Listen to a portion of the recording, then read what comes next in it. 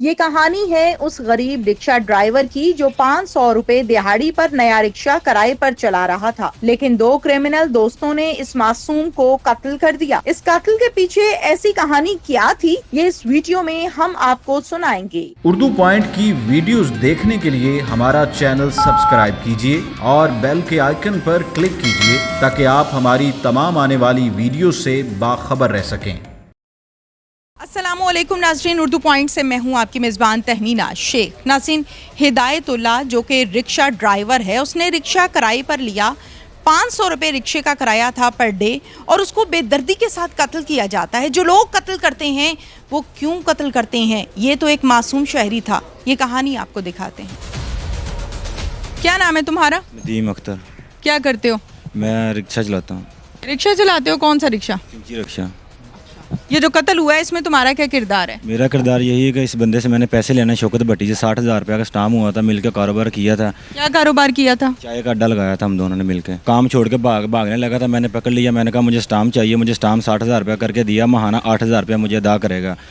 स्टाम कराने के बाद महीने डेढ़ बाद ये फरार हो गया वहाँ से। मैंने थाना अंजरवाल में दरखास्त पर्चा दे दिया इसके खिलाफ कि मेरा। तुम्हारी इसके साथ दोस्ती कितना अर्सा पुरानी है? पुराने नहीं है, तकरीबन 2 साल हो गए हैं। 2 साल की है। अच्छा, फिर तुम पर्चा कराने किस चीज़ का गए? पैसे मैं लेने थे इससे। वो पैसे नहीं दे रहा था, ये फ़रार हो गया। थानों वालों ने भी कॉल की, ये नहीं आया। वो पर्चे से मैंने इश्तिहारी करवा दिया। फिर उसके बाद 2020 12वें महीने की 17-18 तारीख को मैंने इसे पकड़ा रहमत रोड पे। फिर मैंने अपने तफ्सीसी को कॉल किया। मैंने ये कहाँ जा रहा था? ये सवारियाँ बैठाई रहमत रोड के पली तरफ जा रहा था रहमत। ये भी चिंची चलाता है, तुम भी चिंची चलाते हो।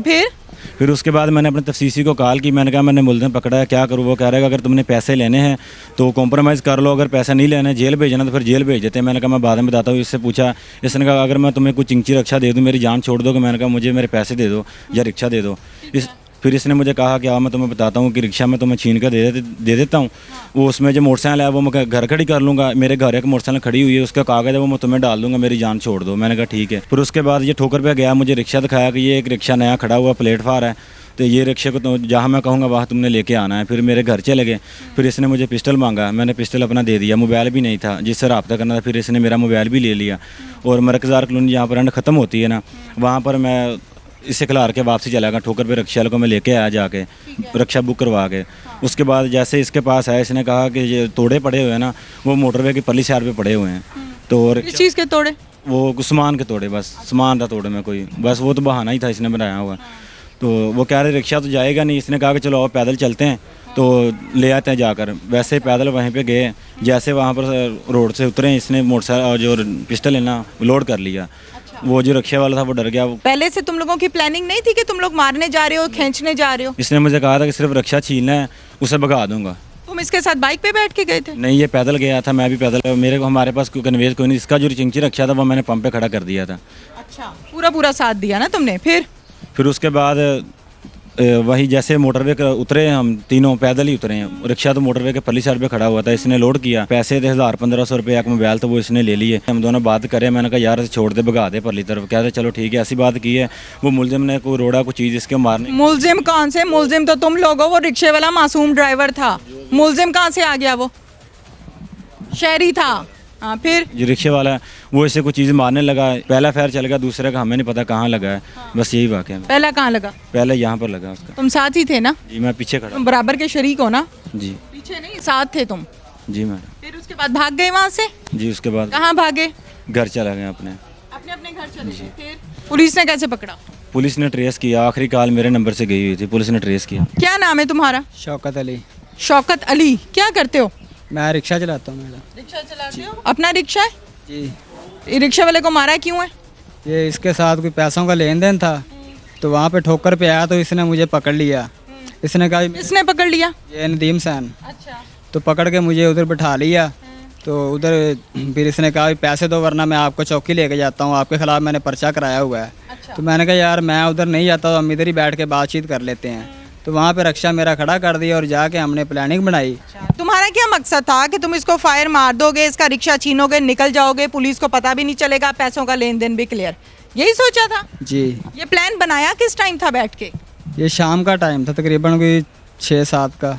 इससे पहले भी कत्ल किए हैं? जी नहीं। इससे पहले भी गोलियां चलाते रहे हो? जी नहीं। तो फिर पहली दफा कैसे चलानी आ गई? ऐसे ही मैडम, बस डर लग रहा था कहीं वो हमसे छीन के या हमें ना मार दे, बस ऐसे हम डर गए थे, घबरा गए थे हम। तुम शादीशुदा हो? जी। कितने बच्चे हैं तुम्हारे? एक बेटी है। एक बेटी है। अब उसका क्या बनेगा? पता नहीं मैडम, अल्लाह बेहतर जानता है। कितने पर्चे हैं तुम पे? पहले एक तो वो था ना जो किराएनामे का था, उसके बाद इसने करवाया हुआ था शायद, उसमें मैं इश्तिहारी हूँगा, लेकिन उसकी मुझे इत्तला नहीं थी क्योंकि मैंने अपना नंबर जो था ना वो मैंने बंद किया हुआ था। तो मैंने अपनी जो सिम है वो वाइफ के नाम पे ली हुई है। अच्छा। जी। ताकि पकड़े कोई तो उसको पकड़े, मैं साइड पे हो जाऊँ। जी, मेरी सिम जो थी वो मैंने बंद करके फेंक दी थी। नहीं, अपनी वाइफ के नाम से सिम क्यों रखी हुई तुमने? इसी डर से कि कहीं मैं पकड़ा ना जाऊँ और मेरा और बीवी को आगे कर दूंगा। कितना अर्सा जेल काटी है? पहले तो मैडम जेल नहीं काटी मैंने, वैसे उधर पकड़े थे बस, कोई 10 के दिन कोई उधर रहे थे तो ज़मानत हो गई थी। तो 2005 में हमारी अपने रिश्तेदारों से झगड़ा हुआ था, वो कुछ ज़मीन की वजह से, पानी पूनी लगाने की वजह से। तो उस वक्त जेल गए थे तकरीबन कोई 10 से 15 दिन रोज़ों में। मकतूल के वालिद का ये कहना है कि जैसे बेदर्दी के साथ मेरा बेटा हिदायतुल्लाह, उसको गोलियां मार के कत्ल किया गया है, इनको भी फांसी के फंदे पे इसी तरह लगना चाहिए। सही कहता है वो? जी। लगना चाहिए फांसी के फंदे पे? जी। ये माफ़ी होनी चाहिए? लगना तो चाहिए, लेकिन अगर कोई रहम आ जाए तो हमें माफ़ कर दे। मुल्ज़िमान के तमाम बयानात जो हैं वो आपके सामने हैं। इसका ये कहना है कि लगना तो मुझे फांसी ही चाहिए, लेकिन अगर मेरी माफ़ी हो जाए तो ये मेरे लिए ज़्यादा बेहतर है। मकतूल के वालिद साहब हमारे साथ इस टाइम मौजूद हैं। यकीनन उनका बेटा है और बेटे का, औलाद का जो दुख है वो नहीं भूलता। इनसे बात करते हैं। अस्सलाम वालेकुम। वालेकुम सलाम। बताइए कि आपको कब पता चला कि हिदायतुल्लाह अब दुनिया में नहीं रहा? 23 को हम गवा हुआ, 12वें महीने की 23 तारीख को, 11 तारीख को हमें पता लगा, वो भी हंजर वाले थाने वाले ने बताया। क्या बताया उन्होंने? कि तुम्हारे बेटे की डेड बॉडी होगी, बहुत हो गया है। अच्छा। हम हंजर वाला, इधर हमारी दरख्वास्त थी, हम फिर इधर फिर इधर आ गई है। अच्छा, मुझे बताइए, रिक्शा अपना था? नहीं जी, किराए थे। कितना किराया था रिक्शे का? 500 रुपया। 500 रुपया डेली का किराया था। आपके इस बेटे की हिदायतुल्लाह की शादी हुई भी है? नहीं सर। शादी अभी करनी थी? करनी थी। इसकी वालिदा क्या कहती हैं हिदायतुल्लाह की? तो जो था वालदान हो तो रोंदी पिट दिया जी। अभी भी मुझे कॉल आई है कि अस्पताल में मैं साहब से आज़ाद रहकर जाना है अभी रात को, इंशाल्लाह परसों तक मैं वापस आ जाएगा जी। आपकी क्या डिमांड है, क्या मुतालिबा है? हमारे डिमांड ये है कि हमारे जो मुझे जैसे तरीके मेरा बेटे को फांसी, इनको भी फांसी दवाई जाए।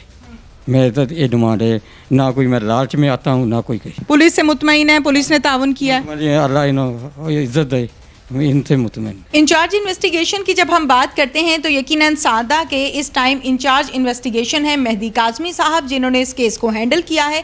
सारा माजरा उनसे सुनते हैं। अस्सलाम वालेकुम। जी वालेकुम अस्सलाम। ये हमारे पास एक 365 का मुकदमा था, रक्षा ड्राइवर था उमर, उसके अगवा का मुकदमा दर्ज था। मुकदमे में मैंने इसकी CDR निकलवाई, तो इसके जो आखिरी उसका कॉलर था ना बंदा, जब उसकी हमने डिटेल ऑनरशिप चेक की है तो वो बंदा जेल में था। अच्छा।